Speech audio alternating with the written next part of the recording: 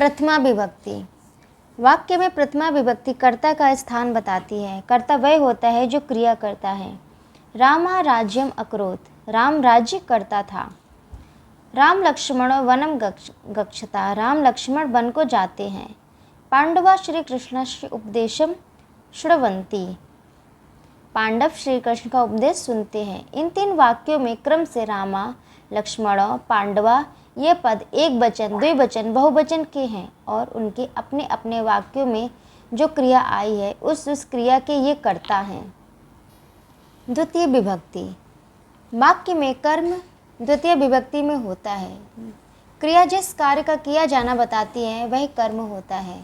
दशरथः राज्यम करोति, दशरथ राज्य करता है। कृष्णा कर्णो पिधाय तिष्ठति, कृष्ण कान बंद करके खड़ा है। देवदत्ता ग्रंथान पठति, देवदत्त ग्रंथों को पढ़ता है। इन तीन वाक्यों में राज्यम, कर्णो, ग्रंथान ये तीनों पद द्वितीय विभक्ति के हैं और वे अपने अपने वाक्यों की क्रिया के कर्म हैं।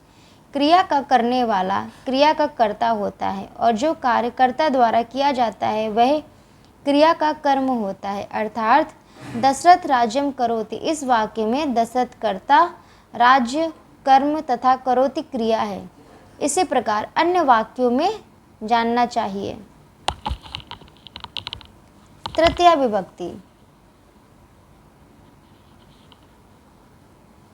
क्रिया का साधन तृतीय विभक्ति में होता है। संस्कृत में उसे करण बोलते हैं।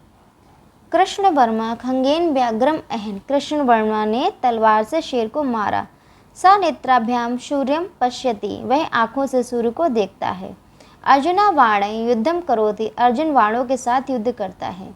इन तीन वाक्यों में खंगे, नेत्राभ्याम, वाणे ये तीन शब्द तृतीय विभक्ति के हैं और क्रियाओं के साधन हैं। अर्थात हनन करने का साधन खंग, देखने का साधन नेत्र और युद्ध करने का साधन बाण है। चतुर्थी विभक्ति। क्रिया जिसके लिए की जाती है उसकी चतुर्थी विभक्ति होती है। संस्कृत में इसे संप्रदान कहते हैं क्योंकि के लिए का संबंध विशेषण प्रदान देने की क्रिया से होता है। राजा ब्राह्मणाय धनम ददाति, राजा ब्राह्मण को धन देता है। पुत्राभ्याम मोदको ददाति, वह पुत्रों को लड्डू देता है।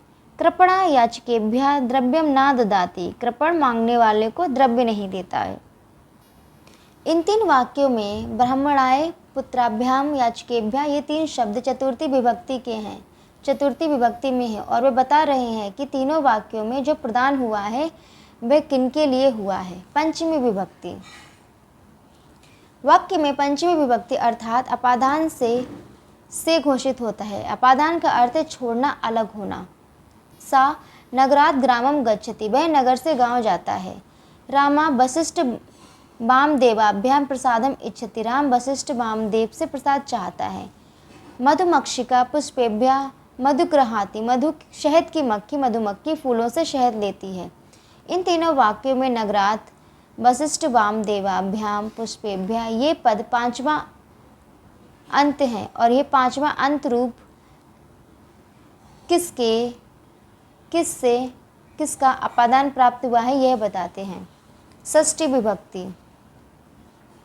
वाक्य में षष्ठी विभक्ति संबंध अर्थ में आती है। तद रामस्य पुस्तकम अस्ति, वह राम की पुस्तक है। राम रावण्यो सुमहान संग्रामा जात, राम रावण के बीच भारी युद्ध हुआ। नगराणाम अधिपति राजा भवति, नगर का अधिपति मतलब शहर का अधिपति स्वामी राजा होता है। इन तीन वाक्यों में छठवें अंत पदों से पता लगता है कि पुस्तक, संग्राम, अधिपति इनका किनके साथ मुख्य संबंध अर्थात अधिकार अथवा स्वामी संबंध है, कौन इनका मालिक है। सप्तमी विभक्ति। वाक्य में सप्तमी विभक्ति अधिकरण, आश्रय, स्थान अर्थ में आती है। नगरे बहवा पुरुषा सन्ति, नगर में बहुत पुरुष हैं। तेन कर्णयो अलंकारो धृत, उसने कानों में भूषण आभूषण धारण किए। पुस्तकेषु चित्राणि सन्ति, पुस्तकों के अंदर तस्वीरें हैं। इन वाक्यों में तीनों सातवां अंत पद स्थान अधिकरण अर्थ बताते हैं। अर्थात पुरुषों का नगर आश्रय है, अलंकारों का कान तथा चित्रों का स्थान पुस्तक है। संबोधन विभक्ति। पुकारने के समय संबोधन का प्रयोग होता है। हे धनंजय अत्र आगच्छ, हे धनंजय यहाँ आ, हे पुत्र तत्र गच्छताम, हे पुत्रों लड़कों वहाँ जाओ।